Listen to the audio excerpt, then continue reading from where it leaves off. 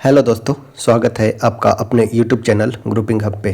तो जैसा कि हम लोग बिहार दरोगा का एडुटेरिया का वॉल्यूम 2 देख रहे थे, जिसके अंतर्गत हम लोगों ने प्रीवियस सेट 5 सेट तक कंप्लीट कर लिया था। आज जो होने वाला है सेट नंबर है 6। तो चलिए शुरुआत करते हैं सेट नंबर 6 को। इससे पहले आप चैनल पे पहली बार विजिट किए हैं तो जो प्रीवियस वीडियो अपलोड कर दिया गया है 1 से 5 तक, वो आप देख सकते हैं, चैनल पे अपलोड कर दिया गया है। तो चलिए शुरुआत करते हैं सेट 6 को। फर्स्ट क्वेश्चन में पूछा गया है, मेघालय के पठार के संबंध में निम्नलिखित में कौन सा कथन सत्य है। बोला गया है मेघालय के पठार का बारे में कौन सा स्टेटमेंट जो है वो सही है। तो मेघालय का पठार प्रायद्वीपीय पठार का ही विस्तार है, यह बिल्कुल सही है। भारत का उत्तर पूर्वी का पठार प्रायद्वीपीय पठार का ही एक विस्तारित भाग है। छोटा नागपुर के पठार की तरह मेघालय का पठार भी कोयला, लोहा, चूना पत्थर, यूरेनियम जैसे खनिज भंडार इसमें पाए जाते हैं। सेकंड में बोला गया है मेघालय के पठार पर खनिज पदार्थ का निक्षेप नहीं मिलता है। तो नहीं, यहाँ पे भी खनिज पदार्थ का निक्षेप मिलता है। तो सेकंड स्टेटमेंट यहाँ पे गलत है। मेघालय का पठार पर अवस्थित चेरापूंजी नग्न चट्टानों से ढका स्थल है और यहाँ वनस्पति लगभग नहीं के बराबर है। तो थर्ड स्टेटमेंट भी सही है, क्योंकि उत्तर पूर्वी पठारी क्षेत्र में अधिकतर वर्षा दक्षिण पश्चिमी मानसून से होती है, जिसके परिणाम स्वरूप मेघालय का पठार एक अति अपर्दित भूतल है। चेरापूंजी नग्न चट्टानों से ढका स्थल है और यहाँ वनस्पति लगभग नहीं के बराबर है। ठीक है। नोकरेक मेघालय की पठार की सबसे ऊंची चोटी है। याद रखना है, नोकरेक मेघालय की पठार की सबसे ऊंची चोटी है। इसमें पूछा गया है कौन सा स्टेटमेंट सही है। तो 1 और 3 दोनों स्टेटमेंट सही है। ऑप्शन हो जाएगा, वो हो जाएगा सी, 1 और 3 सही है। नेक्स्ट देखते हैं, निम्नलिखित में से कौन सी नदी कावेरी की सहायक नदी नहीं है। बात किया गया है कावेरी का सहायक नदी का। अगर बात किया जाए कावेरी नदी का, तो कावेरी नदी का उद्गम स्थल कर्नाटक के कोडागु जिला के ब्रह्मगिरी पहाड़ी से निकलता है। इस नदी की तमिलनाडु, पुडुचेरी में और केरल में, कर्नाटक में बहता है। इसकी सहायक नदियां हैं हेमावती, लोकापावनी, हेरांगी, सिमसा, अर्कावती, स्वर्णवती, भवानी, अमरावती, कामबिनी इत्यादि। इसमें से कौन नहीं हो जाएगा, तो वो हो जाएगा इंद्रावती। इंद्रावती कावेरी का सहायक नदी नहीं है। तो ऑप्शन हो जाएगा, वो हो जाएगा सी।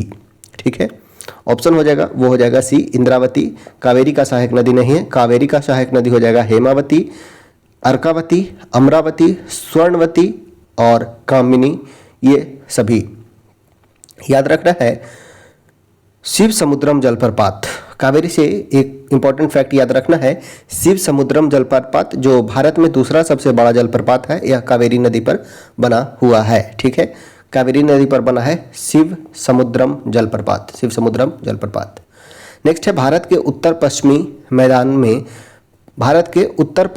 मैदान में पश्चिमी विक्षोभ से जाड़े में होने वाली वर्षा की मात्रा क्रमशः कम होती जाती है। किस ओर, तो पश्चिम से पूरब की ओर होने पर पश्चिम में अधिक होता है, पूरब में कम होता है।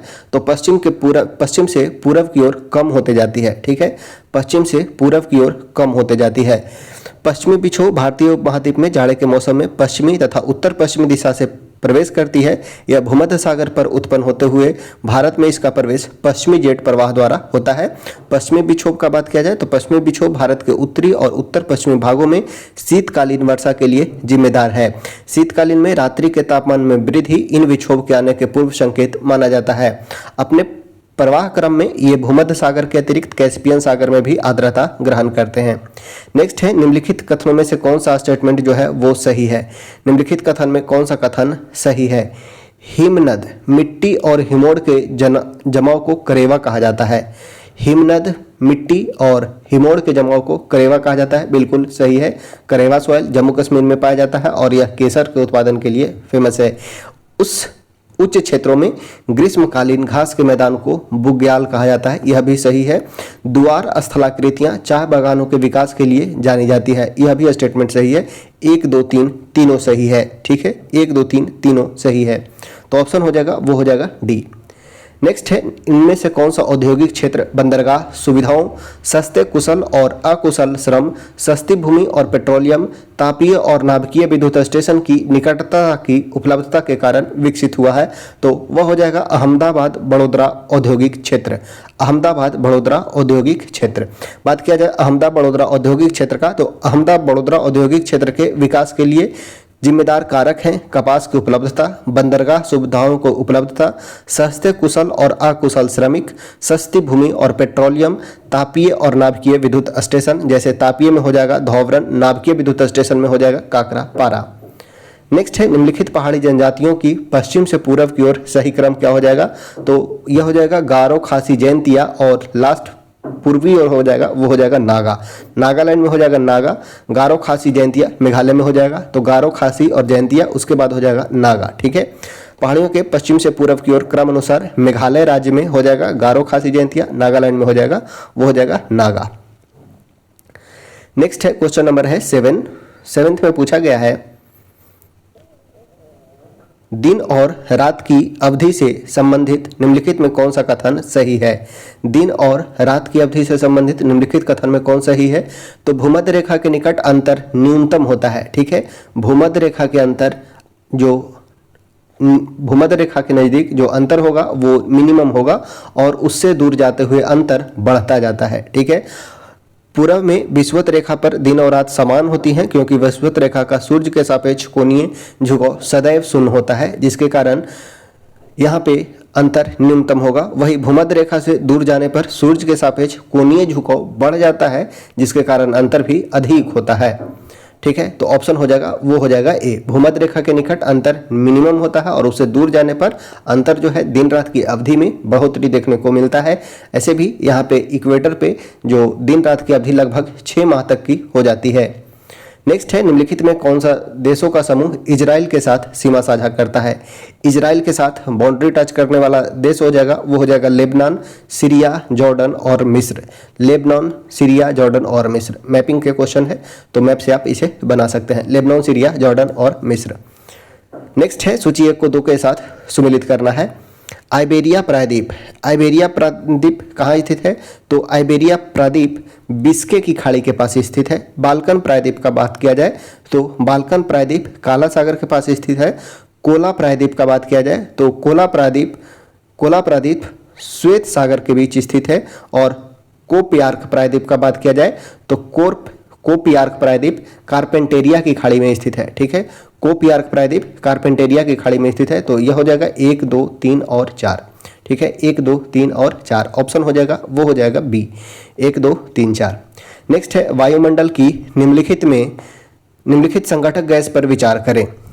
निम्नलिखित संघटक गैस पर विचार करें, बतलाना है आयतन की प्रतिशतता के हिसाब से उपयुक्त गैस का सही अवरोही क्रम क्या है। ठीक है, अवरोही क्रम क्या है, तो सबसे अवरोही यानी कि घटते क्रम, तो इसमें से सबसे अधिक हो जाएगा वो हो जाएगा आर्गन। सबसे अधिक नाइट्रोजन पाया जाता है, नाइट्रोजन के बाद जो है वो है ऑक्सीजन, ऑक्सीजन के बाद हो जाएगा वो हो जाएगा आर्गन का। ठीक है, आर्गन के बाद हो जाएगा कार्बन डाइऑक्साइड, कार्बन डाइऑक्साइड के बाद हो जाएगा नियॉन और नियॉन के बाद हो जाएगा वो हो जाएगा हीलियम। ठीक है, नियॉन के बाद हो जाएगा हीलियम। तो यहाँ पे ऑप्शन के अनुसार हो जाएगा 1, 4, 2 और 3, 1, 4, 2, 3 यानी कि ऑप्शन नंबर हो जाएगा वो हो जाएगा बी। वायुमंडल में बात किया जाए तो सबसे अधिक मात्रा में नाइट्रोजन पाया जाता है, नाइट्रोजन का परसेंटेज लगभग 78%। फर्स्ट नंबर पे है नाइट्रोजन। सेकेंड नंबर का बात किया जाए तो दूसरा स्थान है ऑक्सीजन का, ऑक्सीजन का परसेंटेज है लगभग 20.95%। ठीक है, तीसरा नंबर है आर्गन का, चौथा है कार्बन डाइऑक्साइड का। नेक्स्ट है क्वेश्चन नंबर है 11 में बोला गया है सूची 1 को 2 के साथ सुमेलित करना है। विली विलीज का बात किया जाए तो विली विलीज ऑस्ट्रेलिया में चलने वाली पवन है। ठीक है, विली विलीज ऑस्ट्रेलिया में चलने वाली पवन है, तो विली विलीज हो जाएगा ऑस्ट्रेलिया में। टाइफून का बात किया जाए तो यह चलता है जापान में।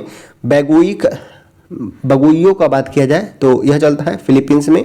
हरिकेन का बात किया जाए हरिकेन चलता है यूएसए में। ठीक है, तो यह हो जाएगा 2, 3, 1, 4, 2, 3, 1, 4 यानी कि ऑप्शन हो जाएगा डी।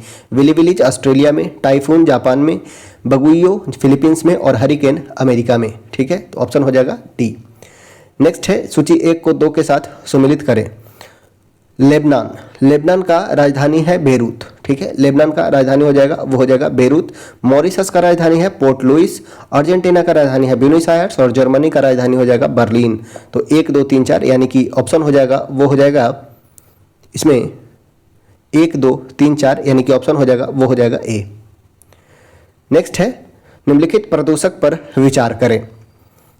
वाष्पशील कार्बनिक यौगिक, कार्बन डाइऑक्साइड, भू स्तरीय ओजोन और अम्ल वर्षा।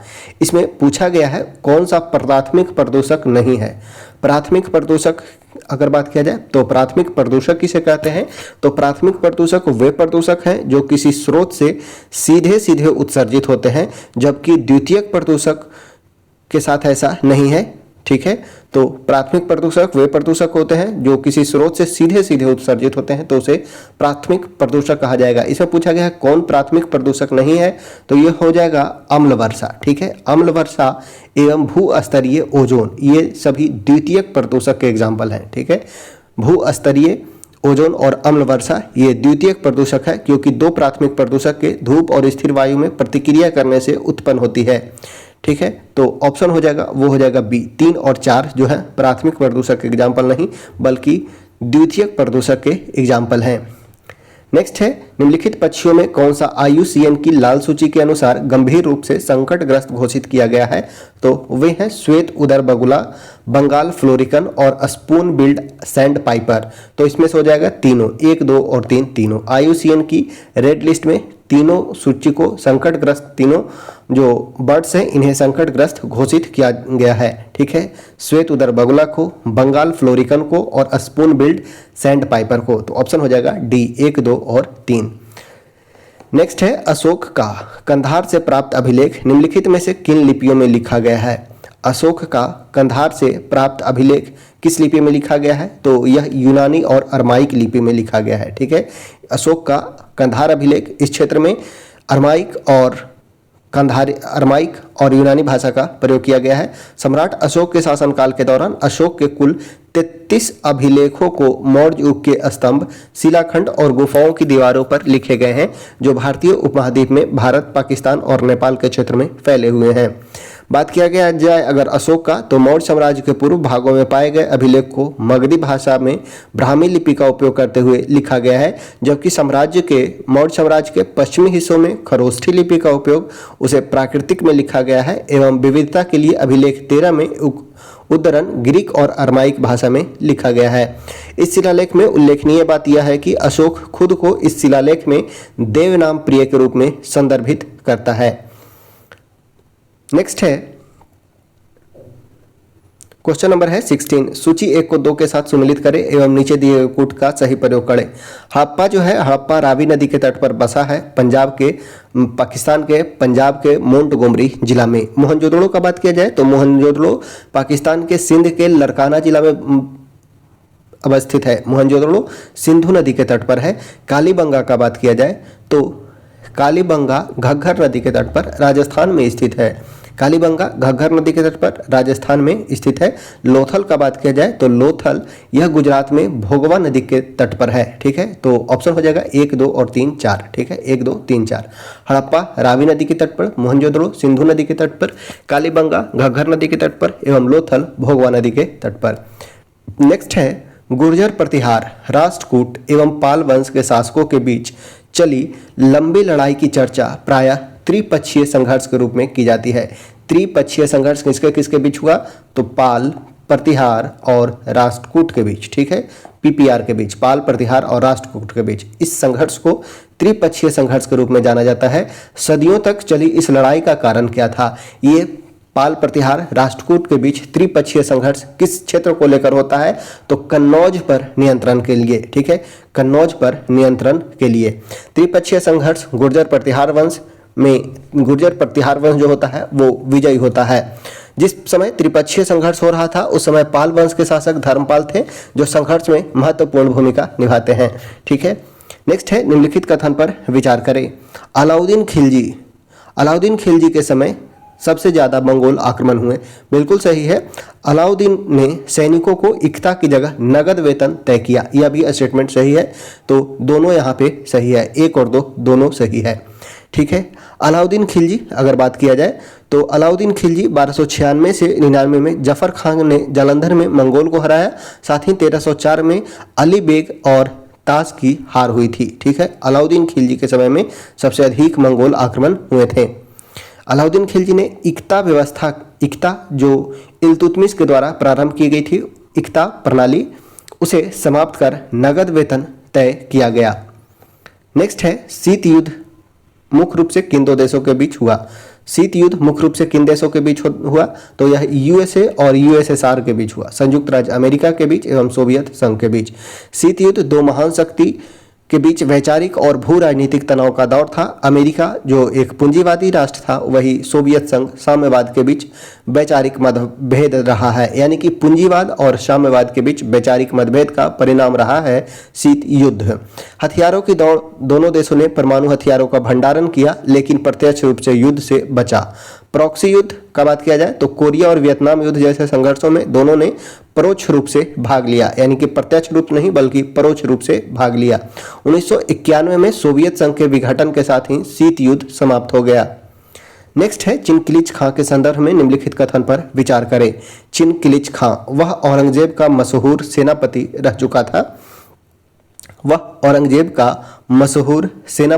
चुका था। चिनकिलिच खां को निजामुल मुल्क की पदवी दी गई थी। चिनकिलिच खां ने आसफ जाही वंश की नींव डाली। इसने एक विशाल सेना की खड़ी की जिसमें हिंदू और मुसलमानों के अलावा नागी सन्यासी भी थे। पूछा गया है कौन सा स्टेटमेंट गलत है? तो इसमें निजामुल मुल्क, चिनकिलिच खां को निजामुल मुल्क की उपाधि नहीं दी गई थी, तो यहाँ पे हो जाएगा केवल बी स्टेटमेंट सही। केवल 4 स्टेटमेंट यहाँ पे। इसने एक विशाल सेना की खड़ी की जिसमें हिंदू और मुसलमानों के अलावा नागा सन्यासी भी थे, यह स्टेटमेंट गलत है। ठीक है, इसके अलावा औरंगजेब का मशहूर सेनापति था। चिनकिलिच खां को निजामुल मुल्क की पदवी दी गई थी एवं आसफ जाही वंश की नींव डाला था। तो 1, 2, 3 तीनों स्टेटमेंट सही है। 4th नंबर का स्टेटमेंट जो है गलत है। पूछा गया है कौन सा स्टेटमेंट गलत है, तो वो हो जाएगा आंसर हो जाएगा बी, केवल 4 गलत है। चिनकिलिच खां का बात किया जाए तो चिनकिलिच खां औरंगजेब का मशहूर सेनापति रह चुका था।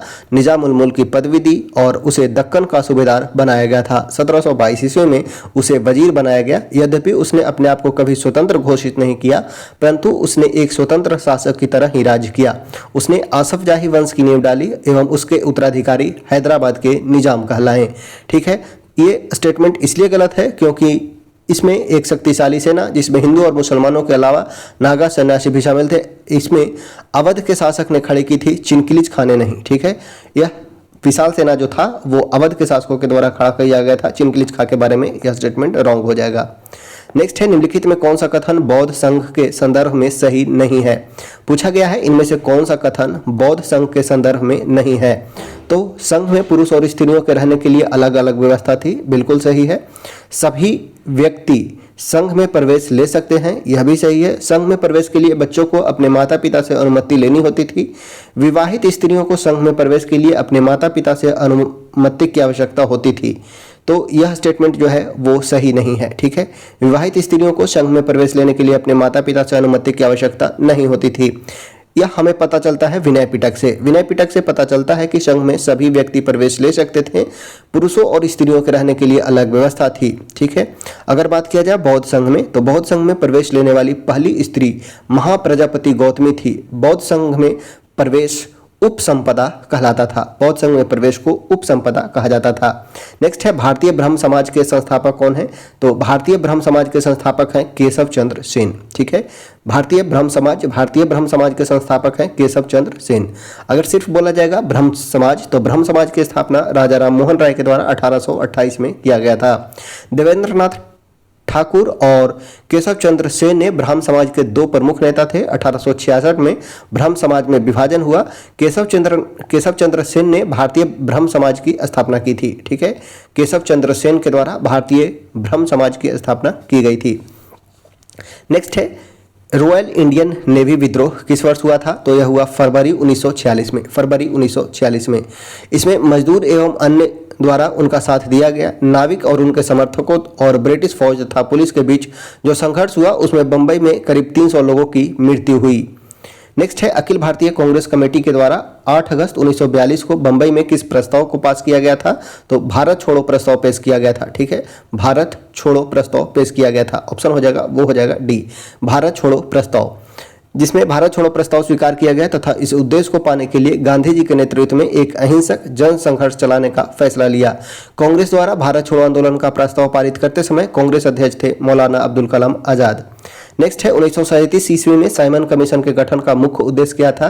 तो 1927 में साइमन कमीशन के गठन का मुख्य उद्देश्य था संवैधानिक सुधार के प्रश्न पर विचार करना। संवैधानिक सुधार के प्रश्न पर विचार करना। साइमन कमीशन का उद्देश्य 1919 के आगे संवैधानिक सुधारों के प्रश्न पर विचार करना था। साइमन कमीशन ब्रिटेन के 7 सदस्यों का एक समूह था जिन्होंने 1928 में संवैधानिक सुधार का अध्ययन करने और सरकार को सिफारिश करने के लिए भारत भेजा था। आयोग को मूल रूप से भारतीय संवैधानिक आयोग नाम दिया गया।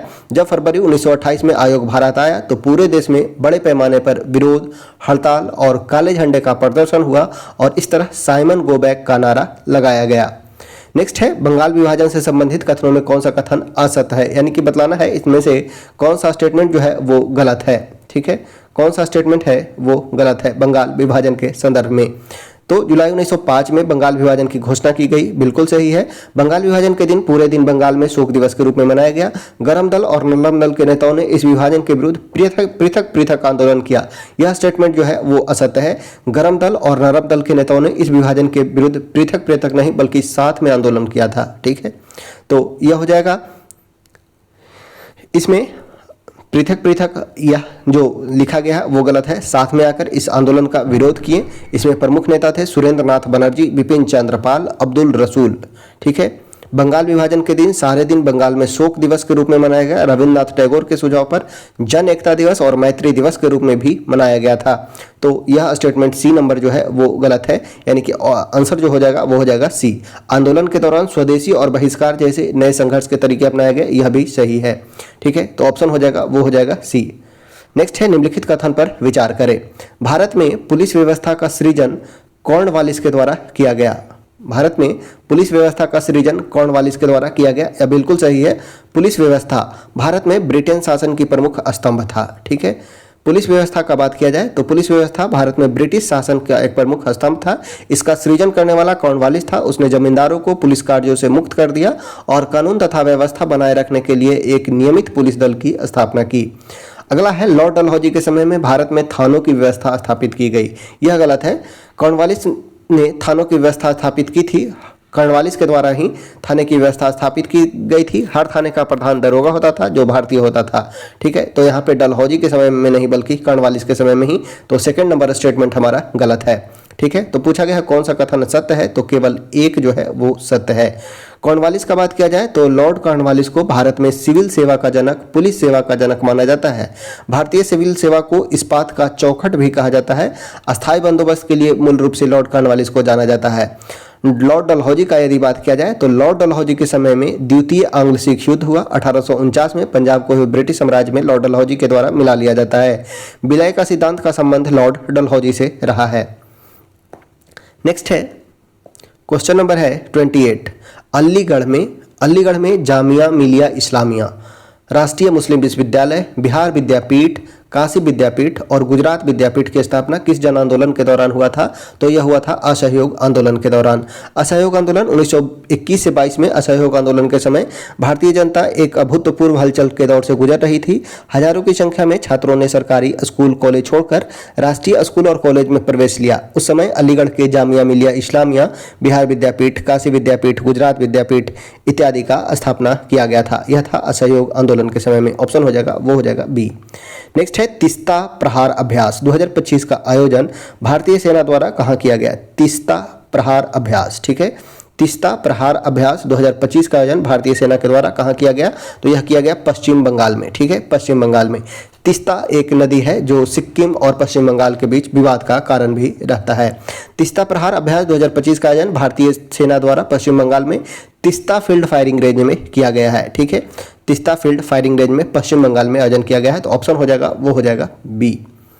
अगर बात किया जाए भारत में हुए प्रमुख सैन्य अभ्यास, जैसे डेजर्ट फ्लैग 2025 जो बहुराष्ट्रीय सैन्य अभ्यास है, इसका आयोजन संयुक्त अरब अमीरात में किया गया। डस्लिक जो भारत और उज्बेकिस्तान के बीच होता है, छठा डस्लिक युद्ध अभ्यास, यह पुणे में हुआ। ठीक है, चौथा टाइगर ट्रम्प जो हुआ वो विशाखापट्टनम होता है। ठीक है, टाइगर ट्रम्प जो युद्ध अभ्यास है वो विशाखापट्टनम में हुआ। इंद्र अभ्यास जो भारत और रूस के बीच होता है वह चेन्नई में हुआ। ठीक है, चेन्नई में हुआ इंद्र युद्ध अभ्यास। और इंद्र जो था वो 14वां नंबर का था। ठीक है। प्रचंड प्रहार जो भारतीय सेनाओं के बीच होता है, अरुणाचल प्रदेश में इसका आयोजन किया गया।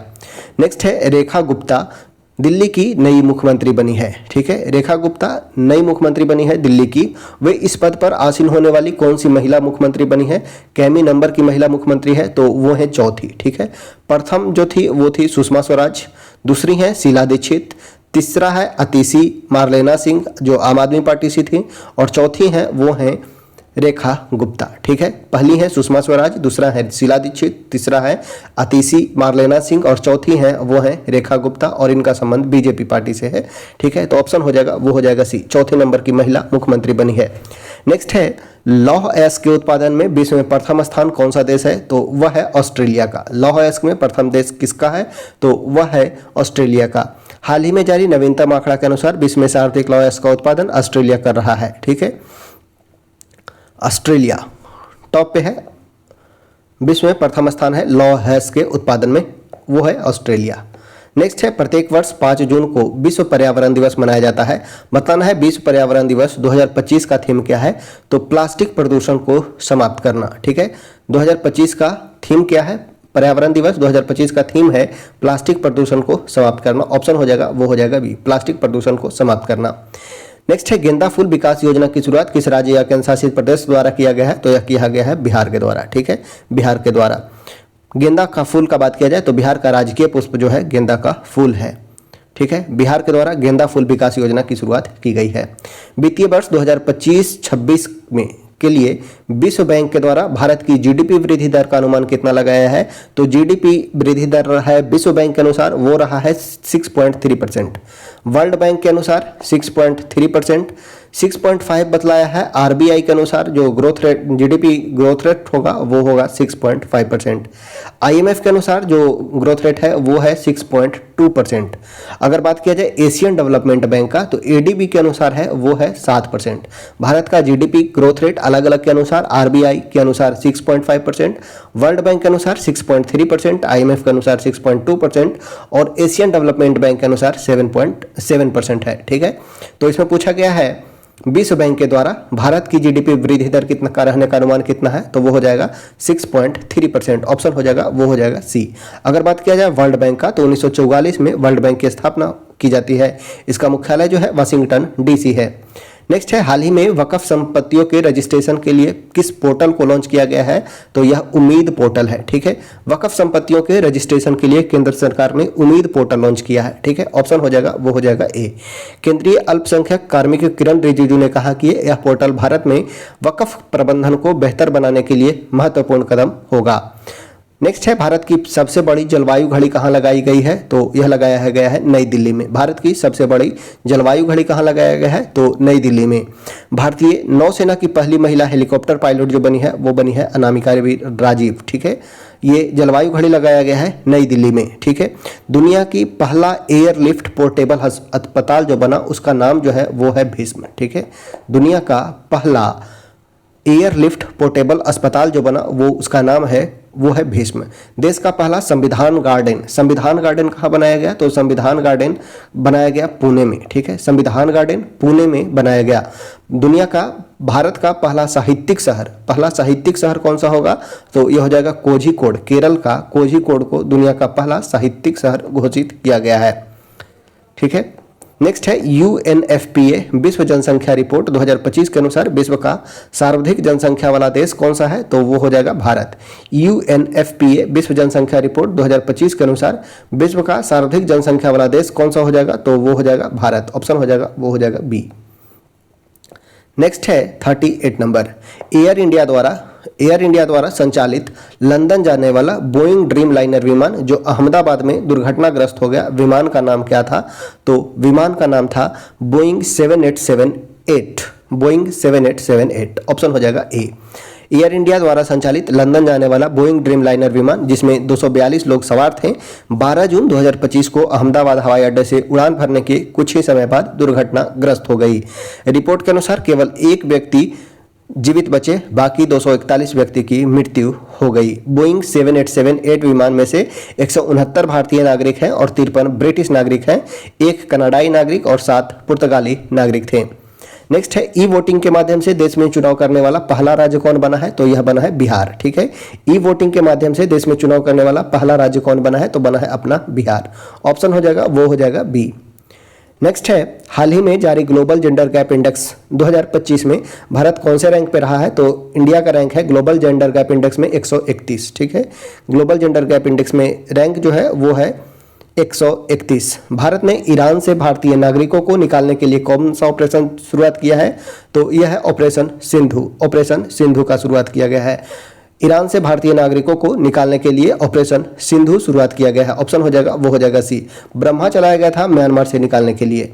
हाल ही में चुनावी अखंडता पर अंतर्राष्ट्रीय सम्मेलन 2025 का आयोजन कहाँ किया गया, तो यह किया गया स्वीडन में। ठीक है, स्वीडन में किया गया। चुनावी अखंडता पर अंतर्राष्ट्रीय सम्मेलन किया गया स्वीडन में। ऑप्शन हो जाएगा वो हो जाएगा ए। हाल ही में भारतीय नौसेना के बेड़े में किस पनडुब्बी रोधी युद्धपोत को शामिल किया गया है, तो आईएनएस अर्नाला को शामिल किया गया है। ठीक है, आईएनएस अर्नाला को शामिल किया गया है। ऑप्शन हो जाएगा वो हो जाएगा बी, आईएनएस अर्नाला। हाल ही में केंद्रीय बजट में घोषित उस योजना का नाम क्या है जिसका उद्देश्य 100 जिलों के किसानों को समर्थन प्रदान करना है, तो वह है प्रधानमंत्री धन्य धान कृषि योजना। प्रधानमंत्री धन्य धान कृषि योजना। अगर बात किया जाए प्रधानमंत्री धन्य धान कृषि योजना का, तो वित्त मंत्री ने अपने 8वें केंद्रीय बजट में प्रधानमंत्री धन्य धान कृषि योजना की घोषणा की, जिसका उद्देश्य कम फसल पैदावार और वित्तीय समस्याओं से जूझ रहे 100 जिलों के किसानों को सहायता प्रदान करना है। इस योजना से राज्य सरकार के सहयोग से लगभग 1.7 करोड़ किसानों को लाभ मिलेगा, जिसका उद्देश्य ग्रामीण क्षेत्रों में अवसर पैदा करना है ताकि पलायन वैकल्पिक हो जाए, न कि आवश्यक। फोकस क्षेत्र में कृषि उत्पादकता को बढ़ावा देना, सिंचाई में सुधार करना, ऋण की पहुंच बढ़ाना, फसल विविधीकरण को बढ़ावा देना और पंचायत और ब्लॉक स्तर पर फसल कटाई के बाद भंडारण को बढ़ाना सम्मिलित है। नेक्स्ट है सिमोना हालेप, जिन्होंने हाल ही में अपनी सेवानिवृत्ति की घोषणा की है। इनका संबंध किस खेल से है, तो सिमोना हालेप का संबंध है टेनिस से। ठीक है, टेनिस से। और ये किस देश के हैं, तो रोमानिया की हैं। ठीक है, रोमानिया की हैं सिमोना हालेप। हाल ही में सेवानिवृत्ति की घोषणा की है। ये टेनिस खेलते हैं। ऑप्शन हो जाएगा वो हो जाएगा ए। नेक्स्ट है पीएम अजय योजना का प्राथमिक उद्देश्य क्या है। पीएम अजय योजना का प्राथमिक उद्देश्य क्या है, तो गरीबी को कम करना और अनुसूचित जातियों की सामाजिक आर्थिक स्थिति में सुधार करना। ठीक है, पीएम अजय योजना का प्राथमिक उद्देश्य क्या है, तो गरीबी को कम करना एवं एससी की यानी कि अनुसूचित जाति की सामाजिक आर्थिक स्थिति में सुधार करना। ऑप्शन हो जाएगा वो हो जाएगा बी। नेक्स्ट है भारत में निम्नलिखित राजनीतिक दलों के संदर्भ में विचार करें। ऑल इंडिया तृणमूल कांग्रेस, राष्ट्रवादी कांग्रेस पार्टी, बहुजन समाज पार्टी और भारतीय कम्युनिस्ट पार्टी। बतलाना है इसमें कौन सा राष्ट्रीय दल के रूप में मान्यता प्राप्त है। इनमें से किसे राष्ट्रीय दल का दर्जा प्राप्त है, तो वर्तमान में सिर्फ 6 ही पार्टियां हैं जिन्हें राष्ट्रीय दल का दर्जा प्राप्त है, जैसे आम आदमी party, Bahujan Samaj party, Bharatiya Janata party, भारतीय कम्युनिस्ट पार्टी, भारतीय राष्ट्रीय कांग्रेस, नेशनल पीपुल कांग्रेस एवं all India Trinamool Congress. All India Trinamool Congress. तो इसमें से हो जाएगा वो हो जाएगा, पूछा गया है भारत में निम्नलिखित दलों के संदर्भ में विचार करें। All India Trinamool Congress. All India Trinamool Congress, इसे राजनीतिक दल का दर्जा भी वर्तमान में प्राप्त नहीं है। राष्ट्रवादी कांग्रेस पार्टी नहीं बल्कि भारतीय राष्ट्रीय कांग्रेस को है, तो यह भी नहीं हो जाएगा। भारतीय कम्युनिस्ट पार्टी में मार्क्सवादी को प्राप्त है। ठीक है, भारतीय कम्युनिस्ट पार्टी में मार्क्सवादी को प्राप्त है। बहुजन समाज पार्टी का बात किया जाए तो बहुजन समाज पार्टी को जो हाथी चाप है इसे राष्ट्रीय दल का दर्जा प्राप्त है, तो बहुजन समाज पार्टी हो जाएगा केवल 1 हो जाएगा। ठीक है, ऑप्शन हो जाएगा वो हो जाएगा ए, केवल 3 को प्राप्त है। ठीक है, ऑल इंडिया तृणमूल कांग्रेस को भी नहीं, राष्ट्रवादी कांग्रेस पार्टी को भी नहीं, भारतीय कम्युनिस्ट पार्टी को भी नहीं। तो अभी वर्तमान में टोटल 6 राजनीतिक दल को राष्ट्रीय दल का दर्जा प्राप्त है, जिसमें से है आम आदमी party, Bahujan Samaj party, Bharatiya Janata party, communist party, मार्क्सवादी और भारतीय राष्ट्रीय कांग्रेस एवं नेशनल पीपुल्स पार्टी।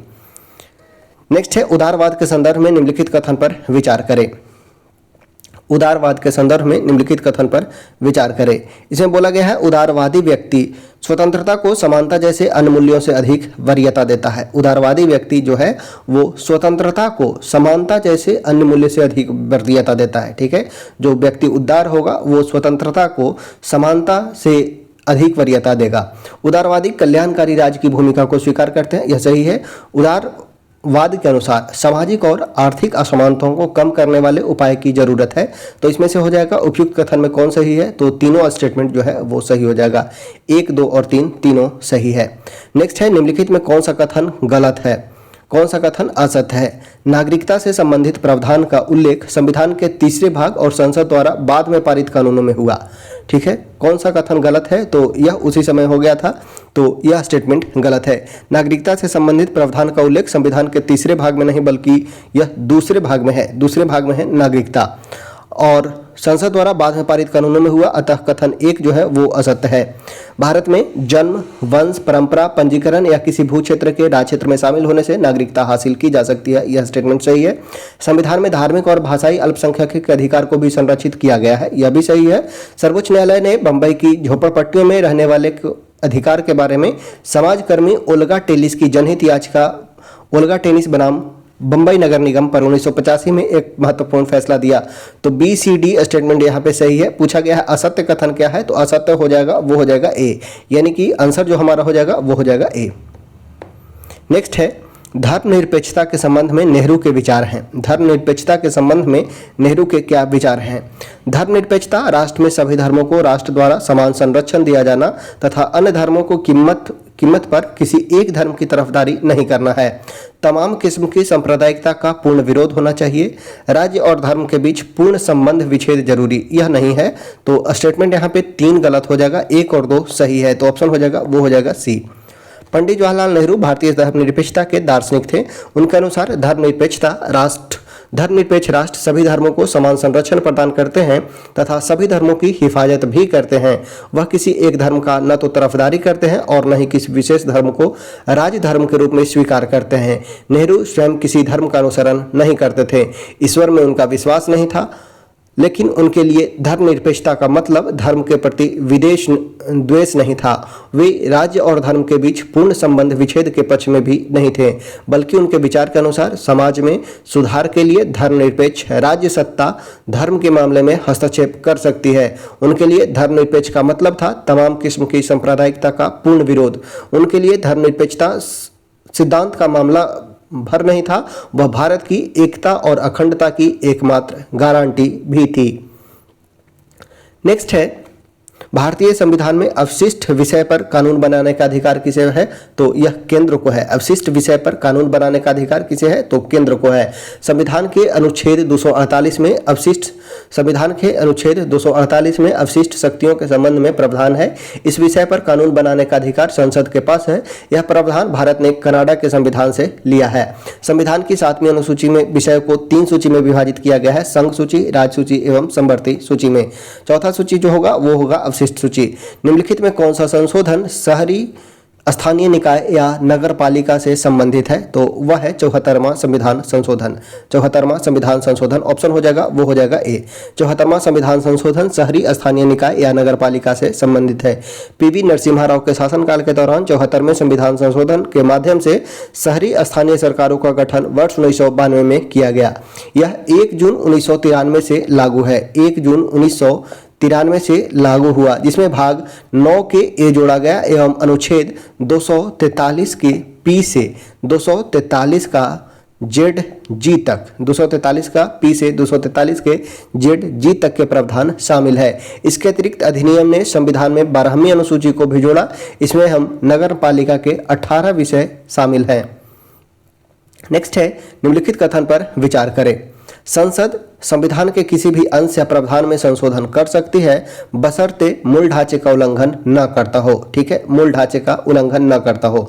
संसद को यह अधिकार है कि वह संशोधन कर सकता है, लेकिन मूल ढांचे में परिवर्तन न हो। बिल्कुल सही है। न्यायालय ने संविधान की मूल ढांचागत विशेषता का सिद्धांत केशवानंद भारती मुकदमे में अपने निर्णय में दिया, तो यह भी स्टेटमेंट सही है, यानी कि 1 और 2 यहाँ दोनों पे सही है। ठीक है, तो 53 का हो जाएगा C। 1 और 2 दोनों स्टेटमेंट यहाँ पे सही है। अगर बात किया जाए आधारभूत संरचना का, तो मूल ढांचा या आधारभूत संरचना को डिफाइन नहीं किया गया, जिसमें मूल ढांचा के अंतर्गत कौन कौन से सब्जेक्ट आते हैं, जैसे संविधान की सर्वोच्चता, कानून का शासन, संघवाद, धर्मनिरपेक्षता, संप्रभु लोकतांत्रिक गणराज्य, संसदीय प्रणाली, स्वतंत्र और निष्पक्ष चुनाव, कल्याणकारी राज्य, ये सभी जो है मूल ढांचा के अंतर्गत आते हैं। नेक्स्ट है संविधान की उद्देशिका में प्रयुक्त निम्नलिखित शब्द को सही क्रम में व्यवस्थित करना है। तो याद रखना है, हम भारत के लोग भारत को एक प्रभुत्व संपन्न समाजवादी, यानी कि प्रभुत्व संपन्न समाजवादी, पंथ निरपेक्ष, लोकतंत्रात्मक गणराज्य बनाने के लिए, तो यह हो जाएगा 5 1 2 4 3, 5 1 2 4 3 ऑप्शन हो जाएगा, वो हो जाएगा बी। ठीक है, ऑप्शन हो जाएगा, वो हो जाएगा बी। प्रस्तावना में शब्द है किस प्रकार, तो हम भारत के लोग भारत को एक प्रभुत्व संपन्न समाजवादी, पंथ निरपेक्ष, लोकतंत्रात्मक गणराज्य बनाने के लिए, तो उसके अनुसार सही आएंगे। तो ये हो जाएगा 5 1 2 4 3। नेक्स्ट है संविधान सभा के गठन से संबंधित निम्नलिखित कथन पर विचार करें। 1934 में भारतीय राष्ट्रीय कांग्रेस ने संविधान सभा के गठन की मांग को पहली बार अधिकृत नीति में सम्मिलित किया। अगर बात किया जाए 1934 का भारतीय राष्ट्रीय कांग्रेस में, तो 1934 के भारतीय राष्ट्रीय कांग्रेस ने संविधान सभा के गठन की मांग को पहली बार अपनी अधिकृत नीति में शामिल किया। दिसंबर 1946 से नवंबर 1949 के बीच संविधान सभा ने स्वतंत्र भारत के लिए संविधान का एक प्रारूप तैयार किया। ठीक है, तो यहाँ पे पूछा गया है कौन असत्य है, तो दोनों सही है, यानी कि ना तो एक और ना ही दो। ठीक है, दोनों यहाँ पे सही है। ठीक है, 1934 के भारतीय राष्ट्रीय कांग्रेस ने संविधान सभा के गठन की मांग को पहली बार अधिकृत नीति में शामिल किया एवं संविधान सभा की प्रथम बैठक 9 दिसंबर 1946 को हुई थी। ठीक है, तो यहाँ पे दोनों स्टेटमेंट सही है। पूछा गया है कौन गलत है, तो ना तो एक और ना ही दो गलत है, यानी कि दोनों सही है। नेक्स्ट है अनुच्छेद 22। अनुच्छेद 22 के अंतर्गत व्यक्तियों की गिरफ्तारी और निवारक निरोध के संबंध में संरक्षण, निम्नलिखित में कौन सा कथन सही नहीं है। गिरफ्तार किए गए व्यक्ति को गिरफ्तार के कारणों से अवगत कराए बिना अभिरक्षा में निरुद्ध नहीं रखा जाएगा। किसी व्यक्ति को अपनी रुचि के वकील से परामर्श करने तथा प्रतीक्षा प्राप्त करने के अधिकार से वंचित नहीं किया जाएगा, यह भी सही है।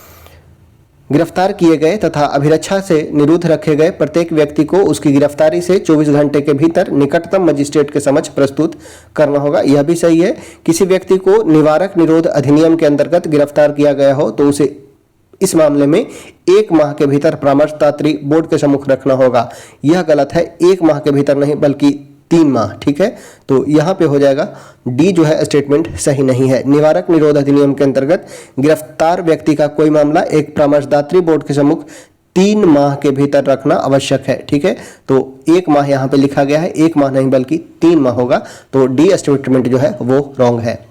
नेक्स्ट है वैज्ञानिक आधार पर राष्ट्रीय आय की गणना VK राव द्वारा वर्ष कब किया गया था, तो ये किए थे 1931 में। ठीक है, वैज्ञानिक आधार पर राष्ट्रीय आय की गणना VK राव के द्वारा 1931 में किया गया था। अगर बात किया जाए राष्ट्रीय आय का, तो भारत में सर्वप्रथम राष्ट्रीय आय की गणना 1867-68 में दादा भाई नौरोजी के द्वारा किया जाता है और उस समय उनके द्वारा प्रति व्यक्ति आय जो है 20 रुपये बताई जाती है।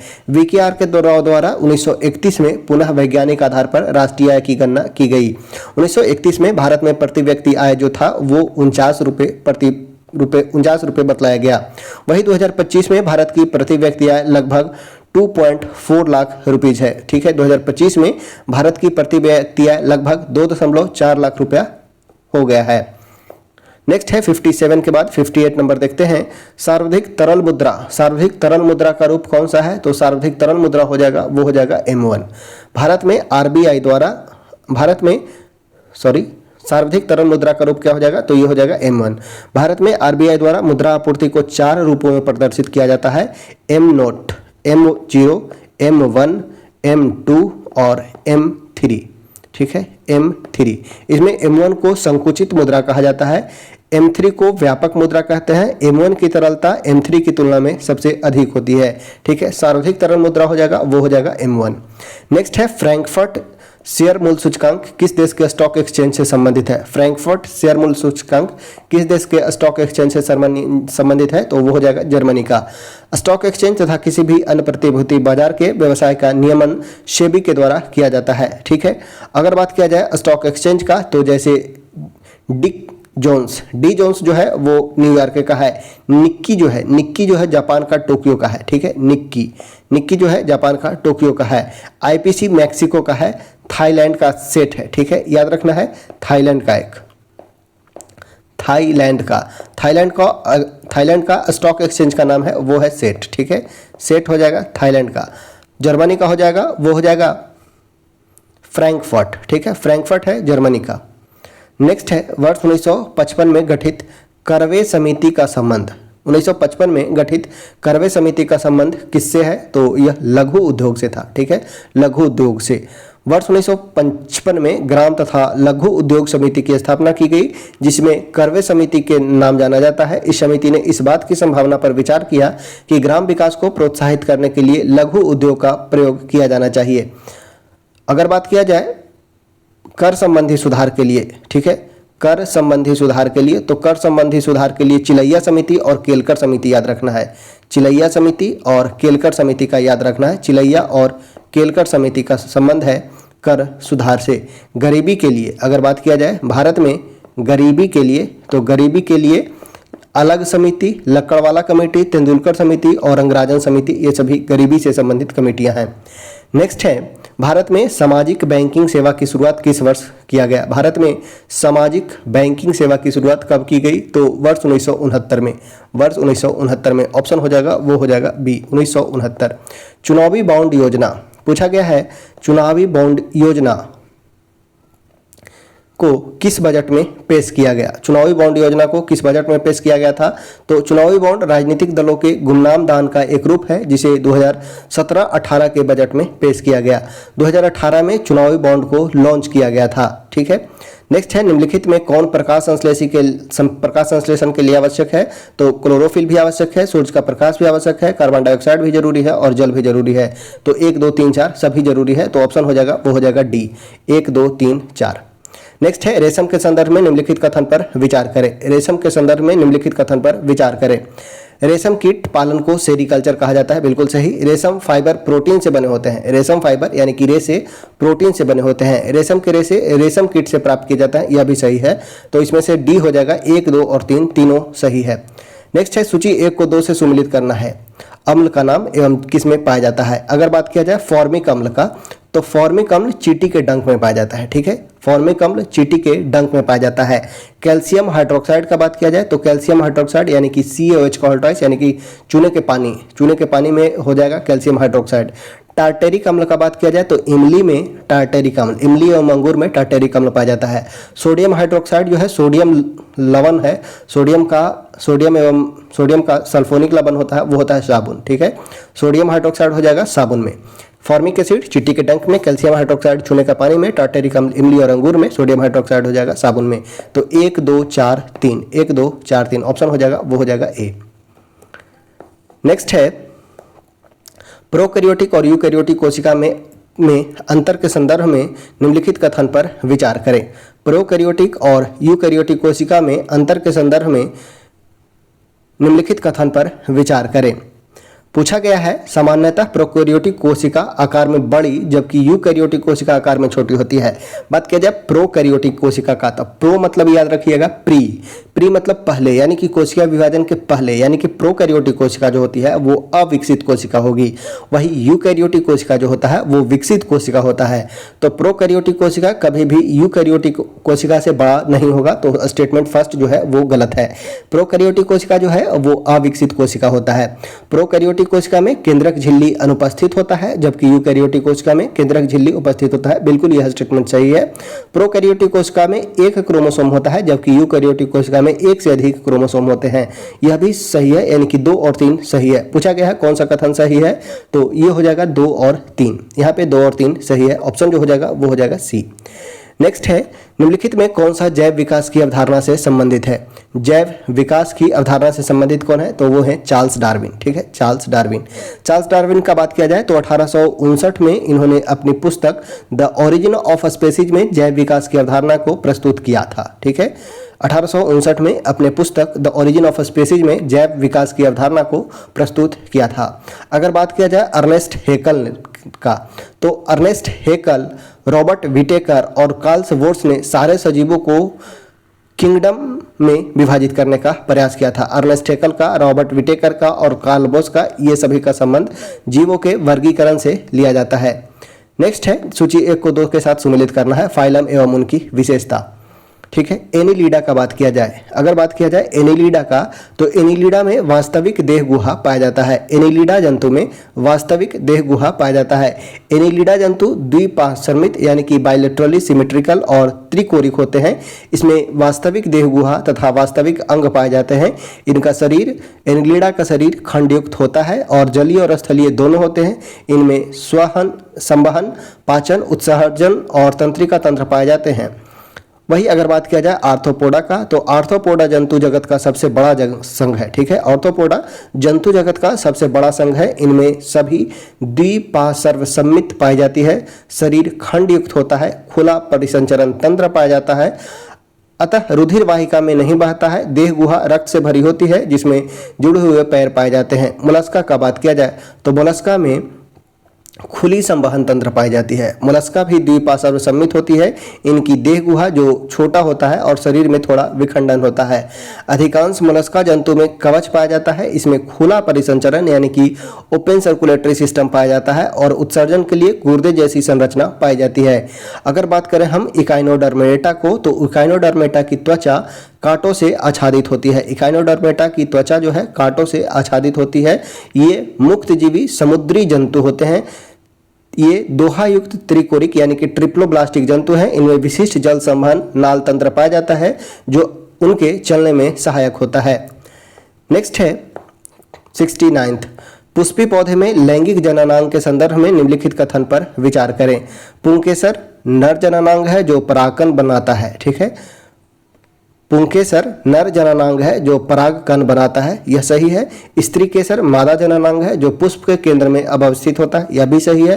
परागकण का उसी पुष्प के वर्तिकाग्र पर स्थानांतरण स्वपरागन, जबकि एक पुष्प से दूसरे पुष्प पर स्थानांतरण पर परागन कहलाता है, यह भी सही है। तो यहाँ पे तीनों स्टेटमेंट सही है। ऑप्शन हो जाएगा, वो हो जाएगा डी, 1, 2 और 3। नेक्स्ट है नाइट्रोजन स्थिरीकरण। नाइट्रोजन फिक्सेशन के संदर्भ में निम्नलिखित कथन पर विचार करें। नाइट्रोजन स्थिरीकरण के लिए शक्तिशाली अपचायक और एटीपी के रूप में ऊर्जा की अनिवार्यता नहीं होती है। नाइट्रोजन स्थिरीकरण सूक्ष्मजीवों मुख्यतः राइजोबियम से होता है। पूछा गया है इसमें से कौन सा कथन सत्य है। ठीक है, तो केवल 2 सही हो जाएगा। नाइट्रोजन स्थिरीकरण सूक्ष्मजीव मुख्यतः राइजोबियम से होता है। ठीक है, नाइट्रोजन स्थिरीकरण जीवाणु सूक्ष्मजीव मुख्यतः राइजोबियम से होता है। नाइट्रोजीकरण स्थिरीकरण के लिए शक्तिशाली अपचायक एटीपी के रूप में ऊर्जा की अनिवार्यता नहीं होती है। ठीक है, एटीपी के रूप में ऊर्जा की अनिवार्यता नहीं होती है। एक स्टेटमेंट जो हो जाएगा वो गलत है। ठीक है, तो स्टेटमेंट यहाँ पे सिर्फ 2 सही है, तो ऑप्शन हो जाएगा, वो हो जाएगा बी। ठीक है, ऑप्शन हो जाएगा, वो हो जाएगा बी। नेक्स्ट है ध्वनि की तीक्ष्णता किसके द्वारा निर्धारित की जाती है। ध्वनि की तीक्ष्णता किसके द्वारा निर्धारित किया जाता है, तो यह आवृत्ति के द्वारा निर्धारित किया जाता है। आवृत्ति के द्वारा, ऑप्शन हो जाएगा, वो हो जाएगा सी। ध्वनि की तीक्ष्णता यानी कि पिच इसकी आवृत्ति द्वारा निर्धारित की जाती है। आवृत्ति ध्वनि तरंग के कंपन की दर है और यह निर्धारित करती है कि ध्वनि कितनी ऊंची है या नीची। आवृत्ति जितनी अधिक होगी ध्वनि उतनी ही तीक्ष्ण होगी और आवृत्ति जितना कम होगा ध्वनि उतना ही कम तीक्ष्ण होगा। ठीक है, तो ऑप्शन हो जाएगा, वो हो जाएगा सी। तीक्ष्णता डिपेंड करता है आवृत्ति पे। निम्नलिखित में कौन सा एक रेडियोधर्मी तत्व द्वारा उत्सर्जित धनात्मक रूप से आवेशित कण है, तो वह हो जाएगा अल्फा किरण। ठीक है, अल्फा किरण एक रेडियोधर्मी तत्व द्वारा उत्सर्जित धनात्मक रूप से आवेशित कण है। अल्फा किरण भारी अस्थिर परमाणु नाभिक के क्षय के कारण उत्पन्न होता है। यह किरण पहली बार अर्नेस्ट रदरफोर्ड द्वारा खोजा गया था। अल्फा किरण में 2 प्रोटॉन और 2 न्यूट्रॉन पाए जाते हैं। नेक्स्ट है यदि धरती की घूमने की गति बढ़ा दी जाए। यदि धरती के घूमने की गति को बढ़ा देते हैं तो भूमध्य रेखा पर पिंड का वजन क्या होगा, तो पिंड का वजन घट जाएगा। ठीक है, पिंड का वजन क्या होगा, तो पिंड का वजन घट जाएगा। ऑप्शन हो जाएगा, वो हो जाएगा बी। नेक्स्ट है 2 समांतर प्रतिरोध वाले सर्किट का कुल प्रतिरोध जो है वो 1.403 किलो ओम है। यदि एक प्रतिरोध का मान 2 किलो ओम है तो दूसरा प्रतिरोध कितना होगा, तो 1/R इक्वल टू होता है 1/R1 प्लस 1/R2। ठीक है, 1/R का वैल्यू दिया गया है 1.403, 1/4.03 बराबर 1/R1 का वैल्यू है 2 प्लस 1/R2। यहाँ से R2 का वैल्यू निकालेंगे तो यह आ जाएगा 4.7 किलो ओम। ऑप्शन हो जाएगा, वो हो जाएगा डी। 50 डिग्री सेल्सियस का फ़ारेनहाइट में स्केल में कितना वैल्यू होगा, तो यह चेंज करेंगे C-0 बटा 100 बराबर F- 32/180 से, ठीक है। रिलेशन यहाँ पे रखेंगे, सी की जगह पे 50, तो 50/100 यानी कि 1/2, 1/2 बराबर f माइनस 32/180, ठीक है। 2 9 18, 90, f बराबर हो जाएगा 90 में 32 ऐड करेंगे तो ये हो जाएगा 122। ऑप्शन हो जाएगा वो हो जाएगा बी। दृश्य स्पेक्ट्रम तरंग दैर्ध्य की सीमा कितना होता है, तो 3900 से 7800 होता है एंगस्ट्रम। 3900 एंगस्ट्रम से 7800 एंगस्ट्रम, ऑप्शन हो जाएगा वो हो जाएगा बी। नेक्स्ट है, सोने के पुराने आभूषण में चमक लाने हेतु उन्हें पॉलिश किया जाता है।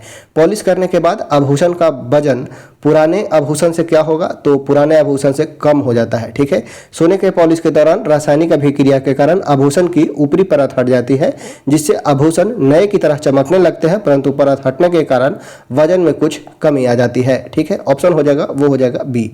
नेक्स्ट है, आदर्श ईंधन के बारे में सत्य कथन बतलाना है। आदर्श ईंधन कौन होगा, तो आदर्श ईंधन वह होगा जो सस्ता होगा, आसानी से उपलब्धता एवं वहन योग्य होगा, एक ऐसी गैस या अवशेष नहीं छोड़ता हो जो पर्यावरण को प्रदूषित करता हो, आसानी से जलने वाला तथा इसकी उष्मीय मान जो उच्च होगा।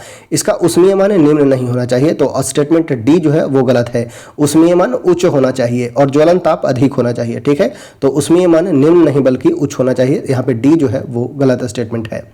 जब कमरे में किसी छोटे छिद्र से प्रकाश की किरण आती है तो कमरे की धूल और कार्बन कणों द्वारा फैला दी जाती है, जिससे किरण का मार्ग दिखाई देता है। यह घटना किसका उदाहरण है, तो यह किसका एग्जाम्पल है, तो यह टिंडल इफेक्ट का प्रभाव है, टिंडल प्रभाव का, ठीक है। ऑप्शन हो जाएगा वो हो जाएगा ए। नेक्स्ट है, निम्नलिखित पर विचार करें। एड्रिनलिन, एस्ट्रोजन और टेस्टोस्टेरोन उपयुक्त हार्मोन में से कौन सा जंतुओं में लड़ने अथवा भागने की परिस्थिति में शरीर को स्थिति से निपटने के लिए तैयार करने का कार्य करता है, तो वह है एड्रिनलिन हार्मोन, ठीक है। एड्रिनलिन हार्मोन को 3F फियर फाइट फ्लाइट यानी कि लड़ो उड़ो भागो हार्मोन के नाम से जाना जाता है, तो यह हो जाएगा एड्रिनलिन हार्मोन। ऑप्शन हो जाएगा वो हो जाएगा ए। नेक्स्ट है, निम्नलिखित में कौन सा विकल्प तरंग दैर्ध्य का बढ़ता हुआ क्रम प्रदर्शित करता है। तरंग दैर्ध्य का बढ़ता हुआ क्रम इनमें से कौन हो जाएगा, तो यह हो जाएगा सबसे रेडियो तरंग, उसके बाद जो रेडियो तरंग के बाद होगा अवरक्त तरंगे, अवरक्त तरंग के बाद एक्स किरणें, एक्स किरणें के बाद हो जाएगा वो होगा गामा किरणें, ठीक है। तरंग दैर्ध्य का बढ़ता क्रम, तो सबसे कम तरंग दैर्ध्य होगा रेडियो तरंग का, उसके बाद अवरक्त का, उसके बाद होगा अधिक एक्सरे का और सबसे अधिक हो जाएगा वो हो जाएगा गामा का। तो ऑप्शन हो जाएगा वो हो जाएगा डी। नेक्स्ट है, एस्पिरिन के संदर्भ में कौन सा कथन सही है। एस्पिरिन के संदर्भ में कौन सा स्टेटमेंट जो है सही नहीं है, ठीक है। तो एस्पिरिन नारकोटिक पीड़ाहारी होता है। एस्पिरिन का बात किया जाए तो यह नारकोटिक पीड़ाहारी नहीं बल्कि दर्द निवारक होता है, ठीक है। एस्पिरिन दर्द निवारक होता है, ना कि नारकोटिक पीड़ाहारी, तो फर्स्ट स्टेटमेंट जो है वो सही नहीं है, ठीक है। एस्पिरिन का बात किया जाए, एस्पिरिन और पैरासीटामोल जो नॉन नारकोटिक वर्ग के पीड़ाहारी हैं, ठीक है। तो ऑप्शन ए हो जाएगा, यहाँ पे नारकोटिक पीड़ाहारी नहीं होता है एस्पिरिन, ठीक है। प्रभावी दर्द निवारक होता है, रक्त का थक्का नहीं जमने देता है एवं तंत्रीय सक्रिय औषधि है, ठीक है। नेक्स्ट है, शांति निकेतन को किस वर्ष यूनेस्को की विश्व धरोहर सूची में सम्मिलित किया गया, तो वर्ष 2023 में, ठीक है। शांति निकेतन को यूनेस्को की विश्व धरोहर सूची में कब सम्मिलित किया गया, तो 2023 में, 2023 में। ऑप्शन हो जाएगा वो हो जाएगा ए। वर्तमान में 44 यूनेस्को हेरिटेज साइट है और हाल ही में मराठा सैन्य समूह को सम्मिलित किया गया है। नेक्स्ट है, पहाड़ का पर्यायवाची शब्द क्या होगा। पहाड़ का पर्यायवाची शब्द क्या होगा, तो यह हो जाएगा भूधर, ठीक है। भूधर यह पहाड़ का पर्यायवाची हो जाएगा। गिरी, नग, अद्री ये सभी पहाड़ के पर्यायवाची शब्द है। Jofra Archer, the England fastest bowler, is more fast than accurate, यहाँ पे is more fast than accurate हो जाएगा। ऑप्शन हो जाएगा वो हो जाएगा A. Jofra Archer the England fastest bowler is more fast than accurate. Next है, राष्ट्रीय एड्स नियंत्रण कार्यक्रम की शुरुआत किस वर्ष की गई थी। राष्ट्रीय एड्स नियंत्रण कार्यक्रम की शुरुआत कब किया गया था, तो यह किया गया था वर्ष 1992 में, ठीक है। वर्ष 1992 में। ऑप्शन हो जाएगा वो हो जाएगा ए। सुपर कंडक्टर के आविष्कारक कौन है, तो सुपर कंडक्टर की अभी खोज किया गया था एच कॉमेरलिन के द्वारा, एच कॉमेरलिन के द्वारा। डैमलर ने गैस इंजन की खोज किया था, ठीक है। गैस इंजन का खोज डैमलर के द्वारा किया गया था। गैस इंजन की खोज डैमलर के द्वारा किया गया था। जेम्स पकल का बात किया जाए तो मशीन गन की खोज जेम्स पकल के द्वारा किया गया था। मशीन गन की खोज जेम्स पकल के द्वारा, ठीक है। नेक्स्ट, हे राम तुम कहाँ हो वाक्य में कौन सा कारक है? हे राम, ये हो जाएगा संबोधन कारक। ठीक है, हे राम तुम कहाँ हो, इसमें कौन सा हो जाएगा? तो यह हो जाएगा संबोधन कारक। हे हो अरे अजी, ठीक है, संबोधन कारक के अंतर्गत आते हैं। Formally put an end to a system, practice और institution, select appropriate word, one word substitution. Formally put an end to a system, practice और इंस्टीट्यूशन, इसका मतलब क्या होगा? तो इसका मतलब होगा एबोलिश, यानी कि उन्मूलन करना। ठीक है, ऑप्शन हो जाएगा डी। निम्नलिखित में कौन सा वाक्य जो है अशुद्ध है? इनमें से कौन सा वाक्य अशुद्ध है? मुझे भारी दुख हुआ। ठीक है, यह वाक्य जो है अशुद्ध है। ठीक है, ऑप्शन हो जाएगा, वो हो जाएगा ए। यह इसमें भारी के जगह बहुत शब्द का प्रयोग होगा। ठीक है, मुझे बहुत दुख हुआ, भारी दुख नहीं बल्कि मुझे बहुत दुख हुआ, भारी दुख नहीं। ठीक है, ऑप्शन ए जो है वो गलत है। नेक्स्ट है 91। किस खेल से बंकर और मैलेट शब्द का संबंध है? बंकर और मैलेट शब्द का संबंध किस खेल से है? तो यह हो जाएगा पोलो खेल से। ऑप्शन हो जाएगा, वो हो जाएगा ए। बंकर, चूकर, मैलेट, बंडर, चुक्का, एरिस, रेल इत्यादि शब्द का संबंध पोलो से है। आर्थिक सहयोग और विकास संगठन, आर्थिक सहयोग और विकास संगठन का मुख्यालय कहाँ है? तो यह पेरिस में हो जाएगा। ठीक है, आर्थिक सहयोग और विकास संगठन को 1948 में इसका गठन हुआ और 1961 में परिवर्तित कर दिया गया। इसका मुख्यालय पेरिस में है। 38 सदस्य अभी वर्तमान में हैं। नेक्स्ट है राष्ट्रीय ग्रामीण रोजगार गारंटी अधिनियम कब पारित हुआ? राष्ट्रीय ग्रामीण रोजगार गारंटी अधिनियम यह कब पारित हुआ? तो 5 सितंबर 2005 को। 5 सितंबर 2005 को। 7 सितंबर 2005 को अधिसूचित हुआ। 2 फरवरी 2006 से लागू हुआ। 2009 में इसे मनरेगा कर दिया गया। ठीक है, नरेगा, 3 क्वेश्चन यहाँ से याद रखना है। नरेगा एक्ट पारित कब हुआ? तो 5 सितंबर 2005 को। लागू कब हुआ? तो 2 फरवरी। ठीक है, 2 फरवरी 2006 से लागू हुआ। और इसे नाम चेंज करके मनरेगा कब कर दिया गया? तो 2 अक्टूबर। ठीक है, 2 अक्टूबर 2009 में इसे नाम परिवर्तित करके मनरेगा कर दिया गया। नेक्स्ट है रेड क्रॉस को किस वर्ष के शांति के नोबेल पुरस्कार से सम्मानित नहीं किया गया? अगर बात किया जाए रेड क्रॉस को, तो रेड क्रॉस को 3 बार नोबेल पुरस्कार दिया जा चुका है, 17, 44 और 63 में। 1917 में, 1944 में, 1963 में। तो किस वर्ष नहीं दिया गया? तो ये हो जाएगा 1972 में। ठीक है, रेड क्रॉस का बात किया जाए तो रेड क्रॉस की स्थापना 1863 में जेंट हेनरी ड्यूनांट के द्वारा किया गया था। 1963 में रेड क्रॉस की स्थापना जेंट हेनरी ड्यूनांट के द्वारा की गई थी और 3 बार इसे नोबेल का शांति का नोबेल अवार्ड दिया जा चुका है, 17, उसके बाद 44 और 63 में। नेक्स्ट है पास हुए छात्रों में अजय शीर्ष से 16वें स्थान पर है और नीचे से 29वें स्थान पे है। 6 लड़कों ने परीक्षा में भाग नहीं लिया और 5 इसमें असफल हुए। तो कक्षा में कितने छात्र थे? 16वें स्थान पर है। ठीक है, शीर्ष से 16वां और नीचे से 29, तो टोटल हो जाएगा 16 + 29, यानी कि 16 + 29 - 1 यानी कि 9, 6, 15 यानी कि 45, 45 - 1 तो 44, जिसमें 6 लड़के ने भाग नहीं लिया तो 6 लड़के और हैं जो भाग नहीं लिए और 5 इसमें असफल हुए, यानी कि 6, 5, 11, 6, 5, 11, 4, 15, यानी कि टोटल जो स्टूडेंट हो जाएगा वो हो जाएगा 55 स्टूडेंट। ठीक है, ऑप्शन हो जाएगा, वो हो जाएगा डी। नेक्स्ट है ABC एक काम को क्रमशः 10, 15, 20 दिन में पूरा कर सकते हैं। उन्होंने इस काम को एक साथ मिलकर पूरा किया। मजदूरी के रूप में 2600 रुपया प्राप्त हुआ। सी की मजदूरी हमें ज्ञात करना था, तो सही उत्तर इसका जो हो जाएगा वो हो जाएगा 600 रुपये। ठीक है, ऑप्शन हो जाएगा, वो हो जाएगा बी। नेक्स्ट है 13 का स्क्वायर - 8 का स्क्वायर इंटू 5 + 4, इसका वैल्यू ज्ञात करना है। वैल्यू हो जाएगा, वो हो जाएगा 23। ऑप्शन हो जाएगा, वो हो जाएगा डी। नेक्स्ट है राजू दक्षिण की ओर 70 मीटर चलता है, बाईं ओर मुड़ता है 80 मीटर चलता है, दाईं ओर मुड़ता है 70 मीटर चलता है, दाईं ओर मुड़ता है 30 मीटर चलता है, अंततः दाईं ओर मुड़ता है 20 मीटर चलता है। वह आरंभिक बिंदु से कितनी दूर और किस दिशा में होगा? तो वो हो जाएगा 130 मीटर दक्षिण पूर्व दिशा में। ठीक है, ऑप्शन हो जाएगा, वो हो जाएगा डी। नेक्स्ट है श्रृंखला का मान बतलाना है। ठीक है, तो देखेंगे 11 दूना 22, 11 तिया 33, 11 चौं 44, 9 दूना 18, 9 तिया 27, 9 चौका 36। ठीक है, 18 तिया 54, 18 चौका 72, तो यहाँ 2 होगा, 18 दूना 36। ठीक है, ऑप्शन हो जाएगा ए। नेक्स्ट है एक पहिया 44 किलोमीटर की दूरी तय करने में 500 चक्कर लगाता है। पहिए की त्रिज्या ज्ञात करना है। ठीक है, पहिए की त्रिज्या, पहिए का त्रिज्या हम इस प्रकार से ज्ञात करते हैं। एक चक्कर में 44 किलोमीटर चलता है, टोटल 44 किलोमीटर, यानी कि 44 गुने 1000। ठीक है, 44 किलोमीटर चलता है, एक चक्कर में होता है 500 चक्कर लगाता है, तो एक चक्कर में, तो एक चक्कर यानी कि 2 पाई r।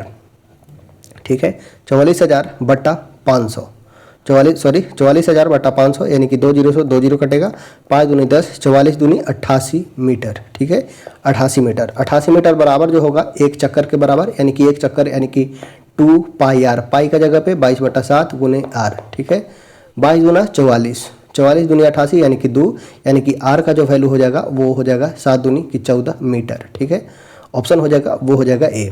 इस प्रकार से आज हम लोगों ने सेट नंबर 6 को कंप्लीट कर लिया। अभी शेष 9 सेट अभी और करवाना बाकी है, तो आप चैनल पे बने रहिएगा, ये सभी सेट आपको करवा दिया जाएगा। चलिए, वीडियो को पूर्ण रूप से देखने के लिए आप सभी का धन्यवाद। अगर कोई भी सुझाव हो तो कमेंट बॉक्स ओपन है, कमेंट बॉक्स में कमेंट करके बतलाइए। साथ ही साथ इस वीडियो को अपने दोस्तों के साथ जरूर शेयर करें। चलिए, धन्यवाद।